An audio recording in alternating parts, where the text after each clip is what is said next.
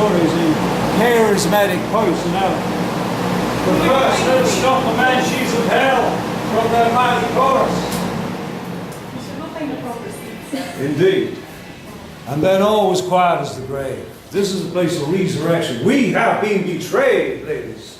We were expecting guests to come to be able to entertain you, instead of listening to your puerile, macabre ramblings. But no, it would appear that these people are not to be.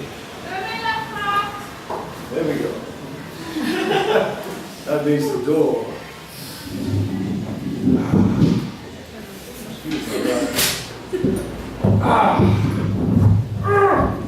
Oh, superhumans defeated by microphone sound. Ladies and gentlemen. Oh, be quiet, woman. You shouldn't talk about that to royalty, even if it's deceased. Last, what was it, a few nights ago, the company were performing The Madness of Poe, Murders in the Rue Morgue, across this town. My stepfather, John Allen, was a Scot from Ayrshire, so I have preference, precedent in being in the space. And they suddenly found that there in the audience was yours truly, much to their shock. As one of the cast lifted a bloody finger and said, "You're Poe."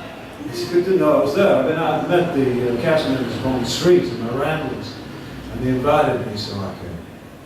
So I shall be back on Saturday night to glare. It's one of my charismatics. Is anyone familiar with my writing, please? Oh, you are. You are. Behind every sweet female, there is a morbid side. A side of truth and strength. I do appreciate that very much. Born in 1809. I spent 5 years in a sleepy town hamlet called Stoke Newington. I believe it's still there. After which I returned to Bruce Manwood in Richmond, Virginia. Later on I was a writer. A married man, but sadly my wife died. At the same age as my mother. I could go on like this. But it's not going to be that miserable. And who are these tinky links? La, Poe. I don't think that's funny. How would you feel? And that song, Ying Tong, Yidla Poe. It's too great. I took myself seriously as a creative person. Forgive me, ladies and gentlemen, I must go and find my Amontillado. And I must introduce to you Her Royal Highness Marie Antoinette.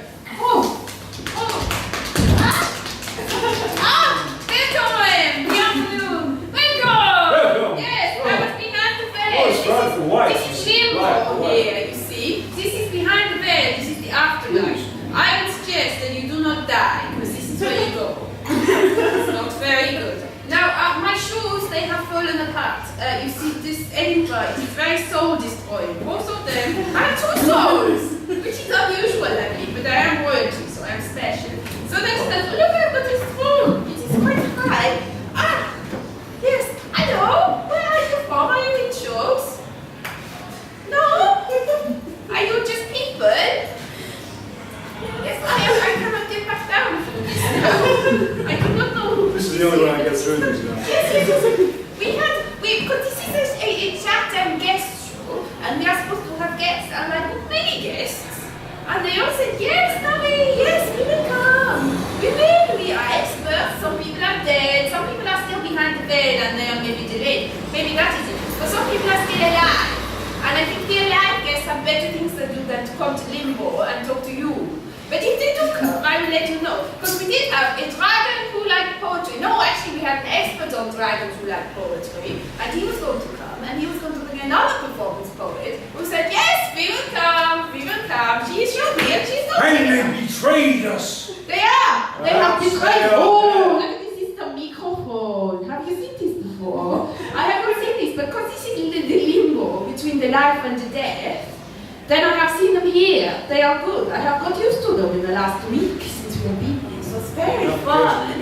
Yes, you're looking very much like you are a reviewer or something. That's a normal way. What normally happens is if one person sits alone and a miserable, having a reviewer. So you just look there. You just do not like them. So really, this is more like a dinner party. A party, the dinner. You know, the more of this I have, the better I enjoy it. I know. It's strange. Perhaps the magic is involved. I cannot drink because it comes out of got a hole in my neck. So I have made a fix for it. So that's okay. That's quite good, really. I think I did quite well with it. Yes. But I'm called Marie. I am, have you heard of me? Yes, I'm la reine. And I was the Dauphinoise for once. Because I got married when I was 14 to the Dauphine. The Dauphin. No, I forget. Because I'm from Austria originally. And then I moved to France when I was 14. And I married a French person. So I speak French a lot. And I forget German. And now I speak English. And I don't know where I am. I don't know what accent I'm doing. I don't know what voice I'm doing. I don't know anything. But I try very hard. Somebody asked me when I was born. And I could not remember. But I remember now. It is 1755. Yes, it's 5 to 6. That is when I was born. Which is not that long ago, really, a couple of hours. So that is very good, isn't it? So yes. Yesterday, yes. The thing is, you are very nice. Have you seen many things in Edinburgh? Yes. Do you live in Edinburgh? Nearly. Nearly. Do you live in nearly alive. the 5th of 4th? The 4th of 4th. But madam, that is a river. That is full of 6th of aquatic 7th. creatures. You don't live in the water, you see. We're not acquainted with the ways of the I do world not know outside. exactly like Chateau. Oh, the people that are see, My we God. have only hello, the guests, we have so many people. We have 4. You realize what this means? You don't have to listen to me all night. You're saved. See, this is the first year out of the No, my friend. This is the city Remove of the your dead. I'm very proud of Hey, you. place your clothes along here. Last year, You can sit there. the woman that runs the show, who is not me, who is somebody else, she read a review. Sit down, Mr. Pope. She read a review from last year. She runs this, she's not me, somebody else. And the review said, what is the point in coming to Edinburgh with a badly prepared, terribly researched show and only playing to an audience of 5 people? What is the point? Now I have only 4, so I don't know. I'm even less prepared and even less researched. But I do know when I was born now, but it is that. So no, I'm not that good at research, but I do not need to be, because I am the queen, and the queen can do what she wants, really. Up to a point. Obviously they did not think so, because they cut my head off, but it was alright until then, really, and I was very popular. Even then they were like, oh, Marie, ha, oh, cheered and clapped, they did, cheered and clapped. And apparently, I have heard that I am supposed to have said something about cake. I did not say this. Well, I did say this, but I didn't read. What I've done is I've read this book, and this book that was said like 40 years. Hello, come in, Sissy. Come, my friends, come on, join us. Come in, join us. We're just getting to the good bit. This is amazing. We were saving the best for your entry. Yes, and we have guests, and we have audience, and we have lots of research, obviously. We've really done this show properly, and we really worked on Great, it. I tell you. Hello, that is a cowboy hat, isn't it? Howdy. I have a friend who was going to prepare. She was going to host, because I am co-hosting. What is that? So my mom's allowed, no doubt. Yes. So, I have a friend called Antoinette who was going to host with Mr. Paul, but to be honest, I am going to take over, because there is a picture of the Cleopatra on the flyer, and there was all claims that there are loads of people who don't host. But then I said, no, it's just me, I'm just going to do it on my own. So that's what I did. We don't remember our conversation with Miss Oakley. So what do you do, ma'am? Well, I shoot guns. And what else Yes. did you do with your life? I shot guns. Yes. And did you write or compose or any No, kind of she did not do poetic that. work or a scholar? No, I shot guns. So she did not get on with Monsieur Paul, so we No. sent her back to I the found her afterlife somewhat behind the limited in bed. her repertoire. That is behind the bed. How'd you shoot She's not this? here. Really? She's gone. She's not and Cleopatra was just boring, so we sent her back to you. She had a steak. The steak is back there. Do you want to see Tell her the what steak? she was. See that Absolutely. steak was good. Well, she's gone. She cracks a Beyond joke. the Pain in the bed. ass. Beyond Oh, she's going to come out with it. Watch out for the poem, please. Oh, Lord. the bed. Monsieur Paul, you can do a poem if you want. Oh, that's very kind of you. Yes, I know. Two-hander. These people had no concept of democracy. I shall give you the city and the sea by a biblical tale. Lo, death has weird himself a throne in a strange city, lying alone, far down beneath the dim west, where the good and the bad and the worst and the best are going to rest. Their shrines, their palaces and towers, time-eaten towers that tremble not, resemble nothing that is ours. A lone man lifting men's forth, resignedly beneath the sky, melancholy waters lie. No rays from the holy heaven come down on the long night time of that town. The light from out the lurid sea streams up the turrets, sand gleams up the pinnacles, fall and flee up domes of spires, up kingly halls, up plains, up Babylon-like walls, of shadowy, long-forgotten bowers, of poison ivy and stone flowers, of many and many a marvelous shrine, the reefed friezes intertwined, the vile, the violet, and the vine. Resignedly beneath the sky, the melancholy waters lie. So blends the turrets and shadows there that all seems pendulous in there. Far from the proud tower of the town, death looks gigantically down. Their open veins and gaping graves yawn level the luminous waves, but not the riches there that lie. Even childhood's down and die, not the gaily jeweled day, turn the waters from that day. For no ripples curl, alas, along that wilderness of clouds. No swellings tell where winds have been afar, some far off happiest. No heavings hint where winds have been upon seas less hideously serene.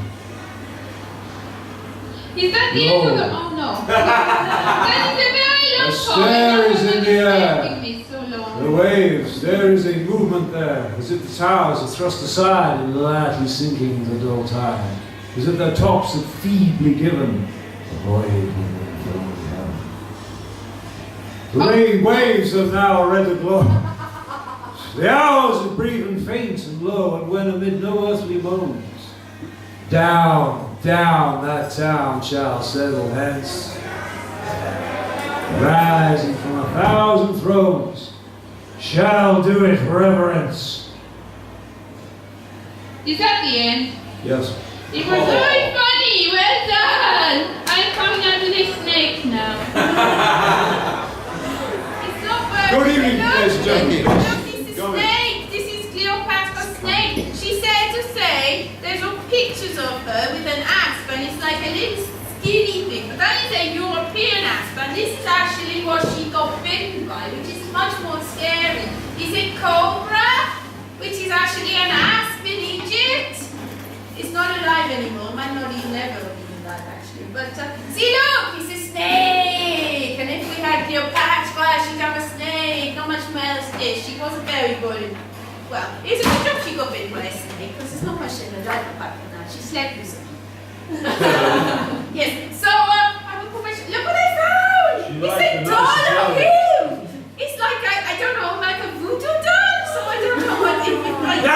No, that's not funny. Damn doesn't hurt at all. No, not at all. I'm just pretending. No, please don't pull that. It's not funny. No, stop. Yes, thank you very much. Would you like to Yes, I would very much like to keep Yes. hold of this See, we have some- simile of myself. Yes, we have some guests. Would you like to see a guest? Rare. We have two guests.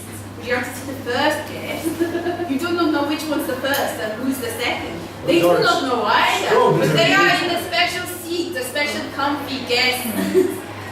Mostly because no one else sits in the front row. So I am going to bring on the first, and we will sit here and we will try not to peckle the guests, won't we, Mr. Paul?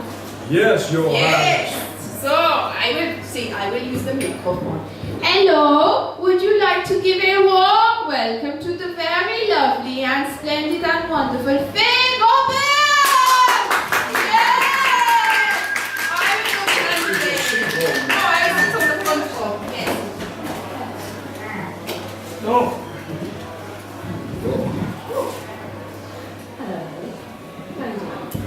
Well, pretty lively.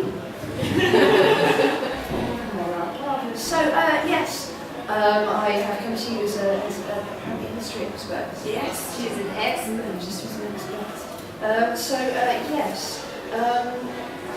I'm from Wales originally, but I currently live in Cambridge, and in Cambridge, just like in Edinburgh and lots of other historical places, what happens is you have lots of walking tours, and you have people sort of squiring American tourists and Japanese tourists and French tourists and Italian tourists saying, look, this famous man found something here, and this rich man built a thing here, and this really cheeky man stole a thing here, but we put a blue plaque because we admire that kind of behaviour. And someone said, where are all the women?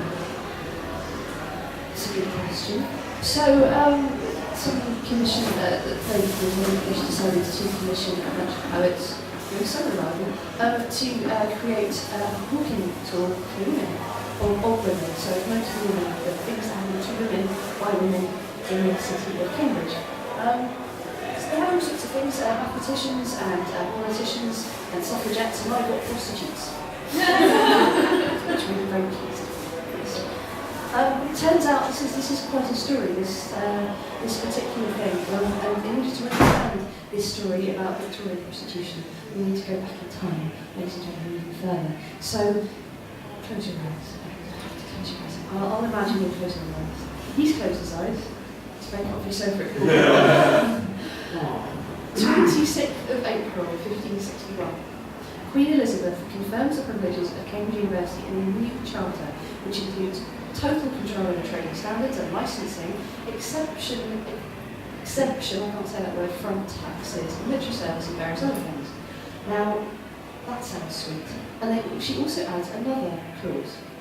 As well by day as by night, at their pleasure, might make scrutiny, search and inquisition in the towns and suburbs, blah blah blah, for all common women, bawds, vagabonds and other suspected persons, and punish all whom on such scrutiny, search and inquisition they should find guilty or suspected of evil, imprisonment of their bodies, banishment or otherwise, etc. Now, what that basically means is she's likely looking, we can stop her and search her. So, yeah, in other words, right to stop and search and detain any women they didn't like the look of, or did like the look of, depending on how you think about it. So fast forward a little, it's about 66 years later, and the wealthier townspeople have already started buying into this notion of, we don't like taxes either, so if you pay a little bit to the university will say that we belong to the university and don't have to pay taxes. Nice. Have any of you guys heard of Hobson? Thomas Hobson? No, that's true. Have you heard of Hobson's Choice? Yes. Yes. Tell me, Dominic, what is Hobson's Choice? It's a book. It's kind of all of these things. Basically, Thomas Hobson owned stables, and basically you could have any one that you wanted as long as it was the one next to the door. A bit like Thomas Ford and his motor car, where the customer could have any colour they wanted as long as it was black. What's his name? Henri? Henry Ford, yes. No, Henry Thomas. Ford. I met him once. Oh, He hangs out with Hitler all the time. yeah, they were. Anyway, we're not talking about Ford, we're talking about Hobson. And Hobson decided that he wanted to bestow things upon the town. Again, another plaque for a wealthy guy who gave money to the town and gave out irrigating ditches and stuff like that, but also made a workhouse for the poor and itinerant in order to work their way back into proper society. Very quickly, it became a jail. Only about 50 years later, people were being stopped and put in there in order to serve out their time. So, yes, it was the spinning house, it is now the police station, and is then became a prison.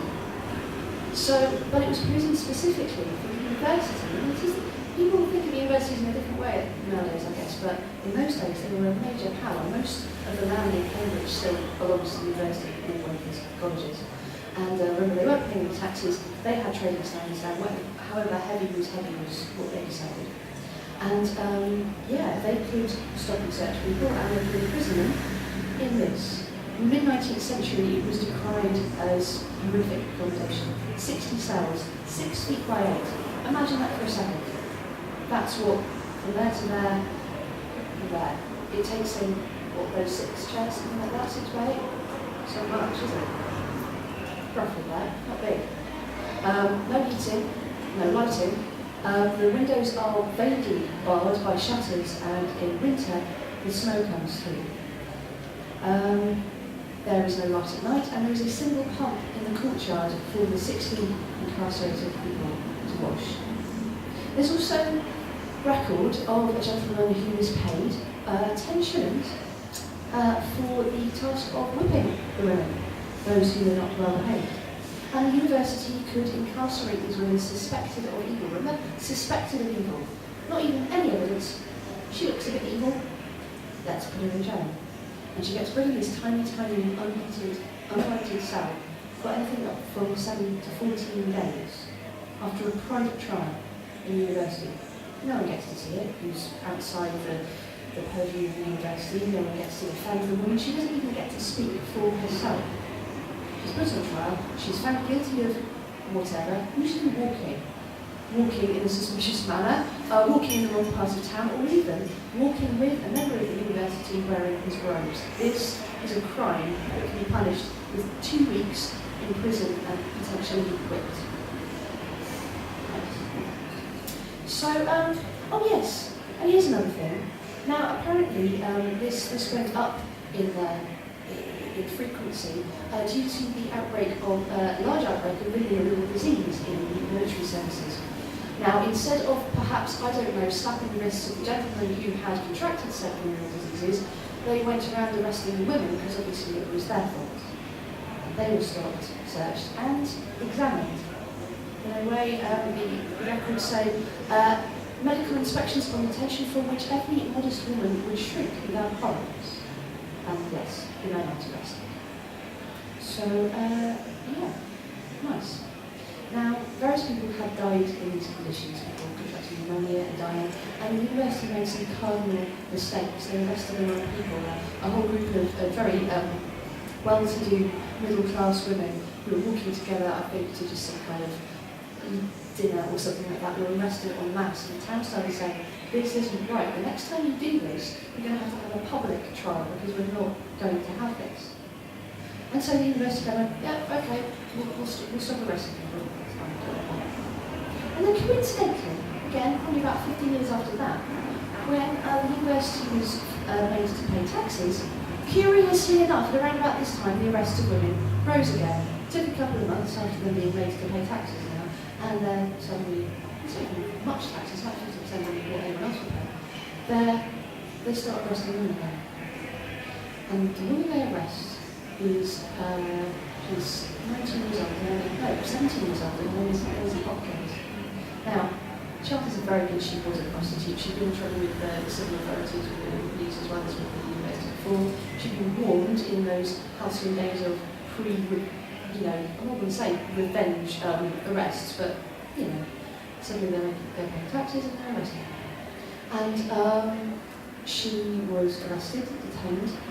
She resisted, by which, as far as we can tell, it could just mean shouting a bit because she was upset, and her dress was torn, and she was thrown to prison. The town at this point went, sod it. She may not even be from around here, she's from Ely, but they got the money up and they paid for a London QC to come and defend her because it's going to be a trial. So, this news went everywhere. I don't just mean through Cambridge. It went to London. And from London it went to New York. There's records in the New York Times saying outrageous, and then it goes all the way to, you find records of what's the equivalent of the New Zealand equivalent in the 19th century of Hello magazine, as far as I can tell, which mostly focuses on what she wore at her trial. What she wore was a lovely dark blue dress with a gold trim and full hat. It's very lovely. This is the very dress that she then tried to sue the proctor who arrested her for having damaged unsuccessfully. Now the thing was, she had this. Don't fiddle with the microphone. She had this vaguely public trial. She was defended by the QC, but the gentleman she'd been walking with turned evidence, and in return for his name not turning up in the records and for his wife not finding out, he turned evidence against her, and she was detained for But then, luckily, my QC got her out of that county. Does anyone know what habeas corpus means?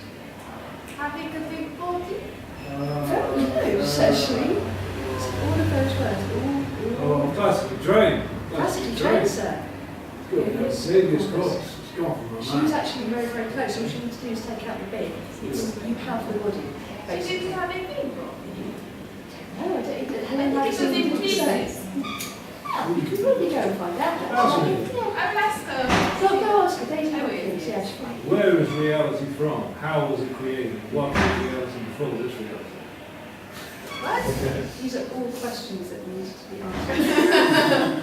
However, I'm afraid I'm not that expert to answer those questions. Maybe that will come up to light later. So, yes, they go out and take Cassidy. She's never actually been given the charge of which she was accused, the whole walking which she was just basically taken. Which again, she wasn't allowed to speak during her trial. And even though she was arrested and she was detained, and it seemed like a defeat, the university from that point on was never again arrested another woman. The town was like, it's not going to happen again. And eventually they gave over that right, they pushed out that charge of evidence and now became the responsibility of the civic police. So we then get to the bit where I raise the point, because that's what I do. Don't we do this drama so much? And you get a poem. Do you like a poem? Yes, fantastic. Come on in, guys. Come on in. Plenty of space. Come in, you're about to hear a poem. If that doesn't put you off, come Please in. join us, ladies and Ah, gentlemen. okay. Well, we get a drink and then we'll come back. Oh. Thank you very much. Your gas. I always endorse that. So if you, apart from the occasional, I think there's a thing that people call Daisy Hopkins on Twitter, or Facebook, or whatever. Actually, whenever you Google her name, that's all it's about. Is this change of the law in Cambridge and this change of justice. And even though she didn't get to say anything, I hope this speaks for her. This poem, not very originally, is called Walk With Me. And it had been a pretty day. Bare twigs scratching and tapping on the window, saying, come and play, and me saving myself for the night to come, but conceding to a blue gown, deep as December, to take the gold and fire of my eyes, whose sparkling in the little rain. He wanted to walk with me, to talk and know the town, to know us better. Such a pretty time he had, gilded with the rhythm of other shores, breathing his life onto my fingers as the night. Reluctant to relinquish them. And then Fred Wallace, his voice as flat as marshes, hand heavy and sharp as winter branches, bids me come, and in the mess of shouting the blistering spin of the world lurching, my gentleman releases me, quite limp now, a rag hanging like the shreds of my blue vest in a fist that propped his bulldogs. Tonight, I dangle on the nail of Hobson's choice. They've drained the town into this frozen hulk of stone and spy holes, snow and ice-cold welcomes, tight belts, 10-shilling welts, and evidence carved from rough spread walls. They say now, I'll have my own silk, which means a tiger quick and ready to defend me better than my best dress ever did, so all I can see in front of me is gown. The town behind me, but my brief silence is a pretty mister, cringes, whispering our words, which seem to matter more than Mr. Lionel's Latin. And so here again, in full walls, bare as virtue, they have my body, locked and spinning in a knotted silence that no curse can break, no gold, no lurch, no fist. And all my name now means, will ever will. Bravo!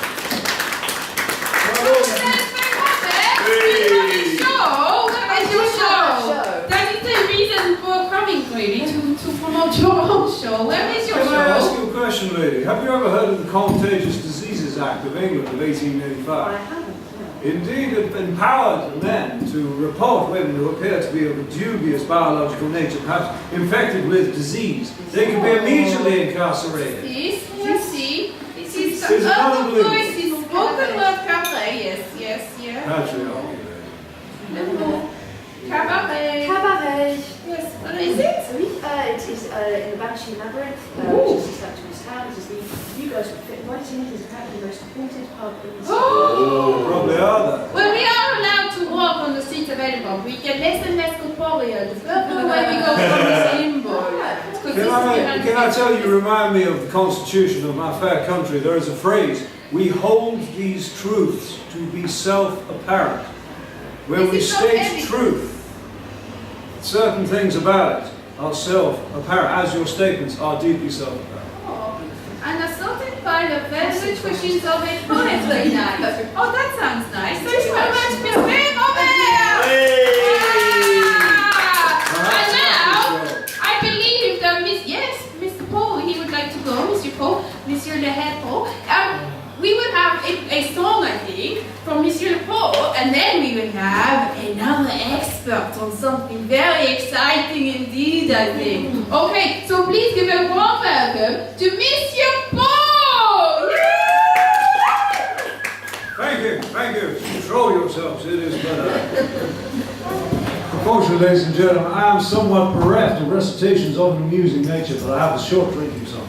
Fill the mingled cream with amber, I will drain that glass again. Most hilarious visions clamber through the chamber of my brain. Quaintest thoughts, clearest fancies, come to life and fade away. What care I that time advances? I am drinking ale today. Oh, it's all severe with me. Ladies and gentlemen, for a moment of brevity, would anyone care to give me a subject that the poet may compose a poem of immediately? A big poem? Once upon a midnight dreary. Wow, you always stop me doing this one. It is a very long poem. Yes, and I'll give you some of it. Okay. The whole thing while I pondered, weak and weary, over many a quaint and curious volume old forgotten lore. And while I nodded, nearly napping, suddenly there came a tapping, as of someone gently rapping at my chamber door. Some visitor, I murmured, rapping at my chamber door, only this, nothing more. Distinctly, I remember it was in the bleak December, and the ghost of the last dying ember roared itself upon the floor. Eagerly I wish for more. It's meant to be a dramatic pause, man. It creates an environment, an atmosphere. Because I get quite bored. Short surcease of sorrow. Sorrow for the lost and the north, for the rare and radiant maiden whom the angels name. The name was here forevermore. And the sad, soft, uncertain rustling of each silken curtain filled me with terrors never felt before. So to stop my heart a beating, I found myself repeating, well, 'tis some visitor entreating entrance of my chamber door. 'Tis some visitor entreating entrance of my chamber door. And there's nothing more.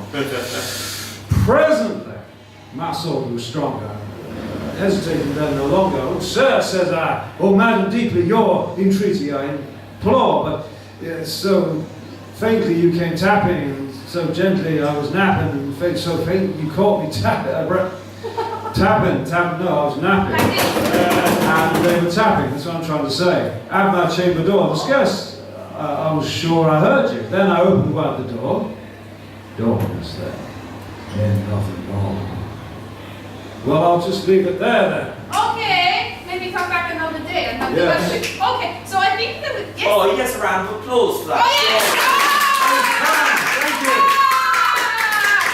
Now I think we can have another extra, and then you will make song at the end for me. Yes, I will. Okay, that is fine. Perhaps we will experience your remarkable poem about your bovine. Oh! Did you know that I had a farm? It was a good farm, it was a lovely farm. I had it in Versailles, it was in the back, and I had a little farmhouse and everything. Did you know what I had? I had the ducks and the cows and the chickens, and I had all sorts of I had a goat as well, but I had a cow, and that was the best thing. And her name was Nelly. Did you know that? I don't think anybody does. So I decided to write a poem so that I could compete with his Raven poem about my cow Nelly. Would you like to hear that? Really? I had a cow and her name was Nelly. She was often rather smelly. She would moo and she had a poo, and we would dance and sing, and no, we wouldn't sing, that would be silly. We would dance and sing and play all day, and we were happy and we were gay. That is a very nice poem, I think, isn't it? It is much better than the Raven. It is good. Thank you very much.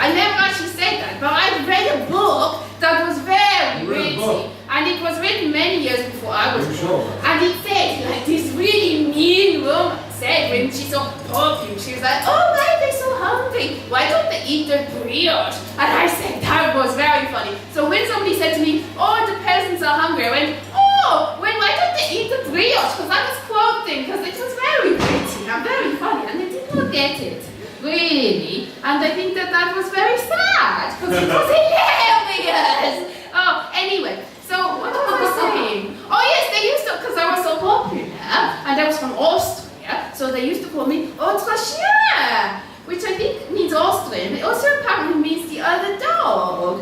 And I'm not sure why they said that, because it's what other dog? They're dodgy, that's why they adopt call me. They Because love dogs are lovely, that is why. Anyway, what was I saying? Oh yes, a guest! He's a guest, he's nice, and he is an expert. And he is an expert. What are you an expert on? Oh, he may not really told, obviously he does not want to know. But he is called Donny B. Please give him a round of applause. Oh, it's a futuristic thing. Hello, everybody. You all right? Have you got to sleep? You all right? Oh, lovely. Is anybody here? Not here now, obviously, because I won't be able to see with my eyes. But at home, is anybody here with families with young children? No, not at all. Well, I'm here promoting a children's show, hey! But seeing as that's irrelevant to all of you, what I'll do is I'll share 2 poems with you, and the second one will be going through the mists of time, back through history, to a medieval time of Dungeons and Dragons and stuff, and that'll be my children's poem. That's what I shall do second. You look excited in that, yeah? We up for that? Don't want anybody to feel patronised by a children's poem, we're all grown up. But I ask you this! You lose your inner child, what else do you have? What do you have? Nothing, exactly. But I'm going to open with a poem about my history. That'd be nice, because you get to know a bit about me. Does that sound all right? Lovely! Well, there's only one poem I could do, really, because there is someone here in this fine crowd of you people who I've never met before, who is the spitting image. I'm about to say something sad, so you can go R if you like. It's sad, you ready? Right? Spitting image of the first man who broke my heart. Aww. Yeah? Yeah? Spitting image of him. And that man is you! Hello! What's your name? My name is Rory. Rory! Oh my god, his name was Rory too. What are the odds? Rory, I think you can hear me without the microphone. Poetry is all about cathartic release. So in this poem, I'm going to pretend you, Rory, are my Rory. The Rory that almost destroyed my faith in humanity. Is that all right? Rory, you're here with women. Are any or all of these women with you? Yes. Oh, lovely. Lovely. Excellent. Excellent. How long have you been embroiled? Since you were born. Oh, love, really?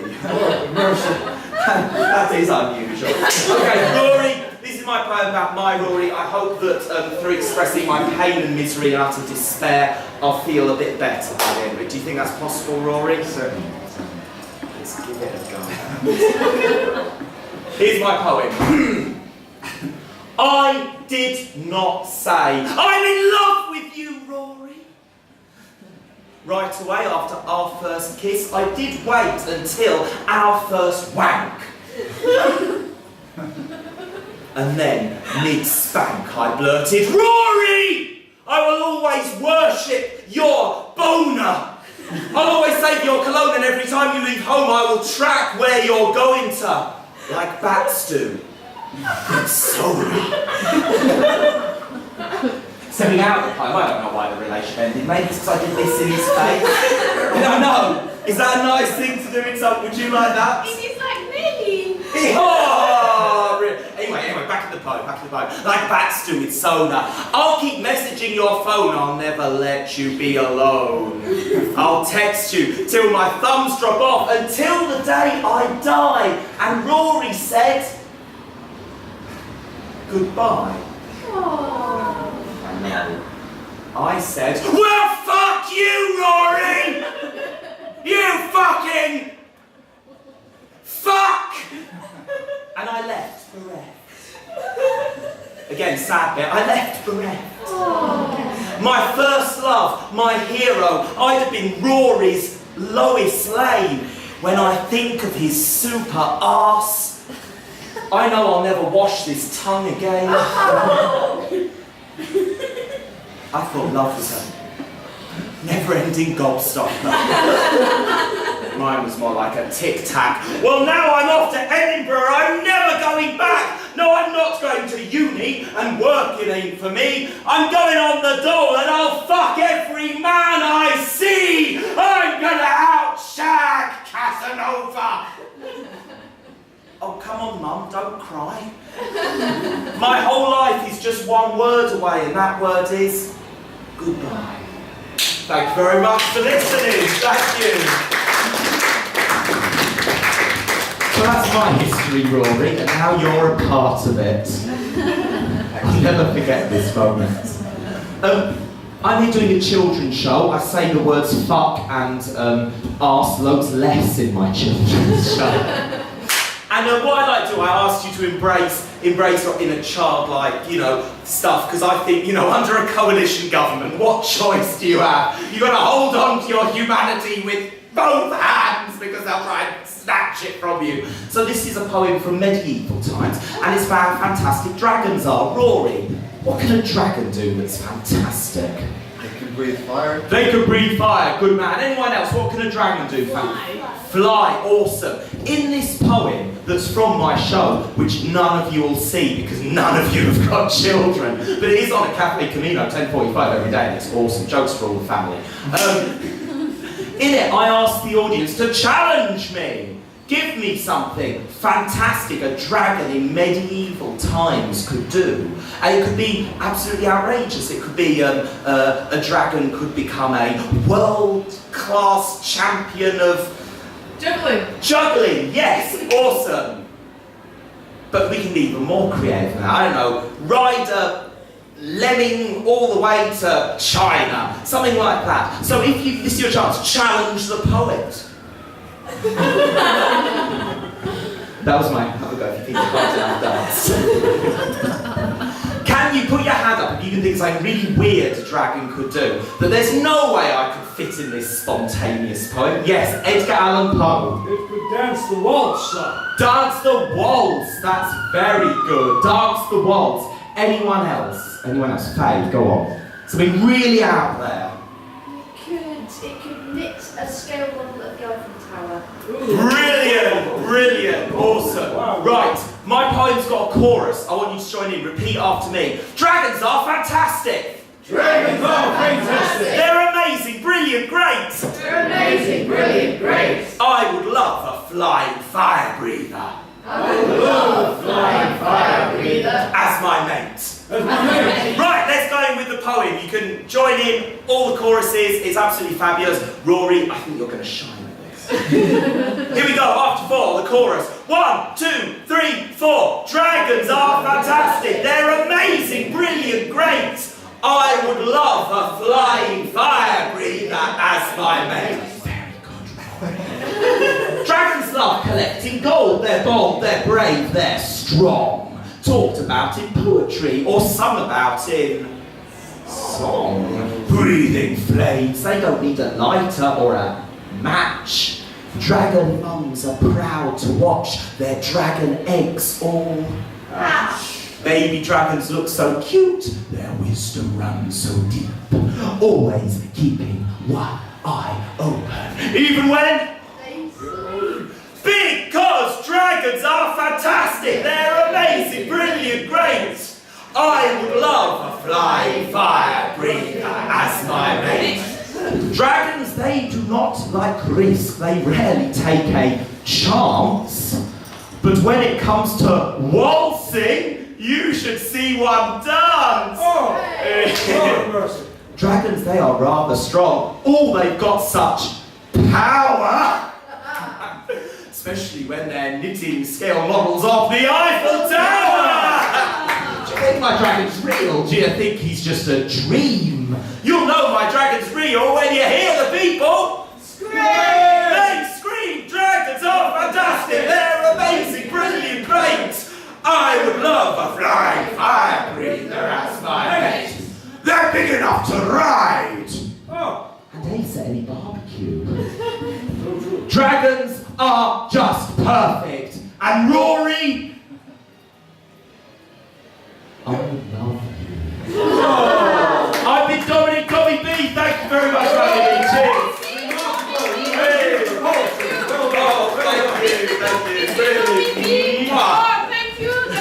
Can I just ask a question? You kept making romancing references to another man. Well, I died in 1849. I found that confusing. Perhaps you were brothers of some sort. Perhaps you would explain it to me later on.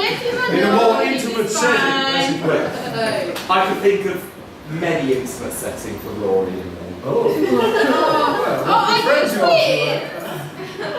Yes, we are. You are twins? Like in, what is it called, the Shakespeare thing, the 12th Night? Or Brokeback Mountain. Do you dress, they are in Brokeback Mountain, there is twins? Something like that, yeah. Oh, that is nice. The beast with the two backs.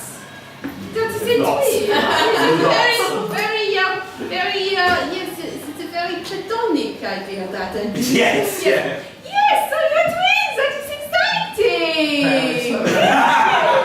I have not seen that for a while. I used to have like little people in my cart, and sometimes I would have twins, which are the biggest freaks of all, I find. They're amazing. You're very pretty twins. Yes. No, Anyway, I'm sorry to insult you, but this is what I do in my cart. It's very funny.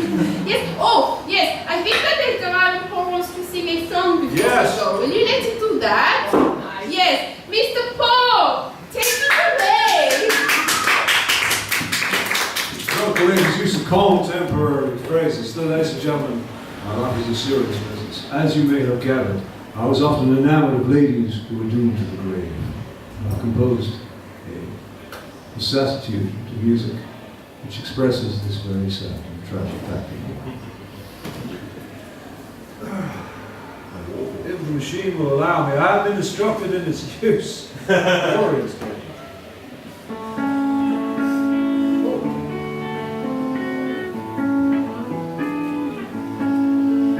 Oh, I only love the girls who are nearly dead. Their terminal beauty went straight to my head. I write morbid poetry for lovely young and soon-to-be ladies whom death would plunder and always ended up 6 feet under. Sweet, pure and innocent and looking rather pale. The ones that I fancied stopped breathing without fail. I'm attracted to the girls who are nearly dead. My sweet wife, Virginia, she died at 24, just like my fair mother, Eliza, before. And now that my tears are dried, I'm looking for one more. I'm attracted to the girls who are nearly dead. Woo! Here we go!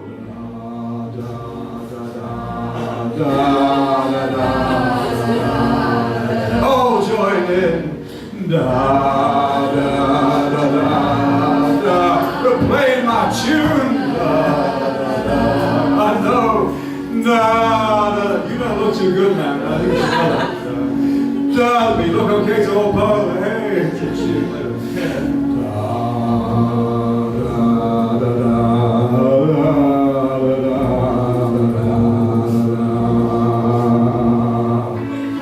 I'm ruining my image here, ladies and gentlemen. I write tales of terror, tragedy, and remiss, sweetness, and beauty lost, but never do no bliss. So just before the worms get you, won't you give old Paul a kiss? I'm attracted to the girls who are nearly dead. I will romance you with poetry, with dinner and a cemetery. Come to my arms before you are embalmed. I'm attracted to the girls, those lovely sweet young girls. I'm attracted to the girls who are nearly dead. What can I do?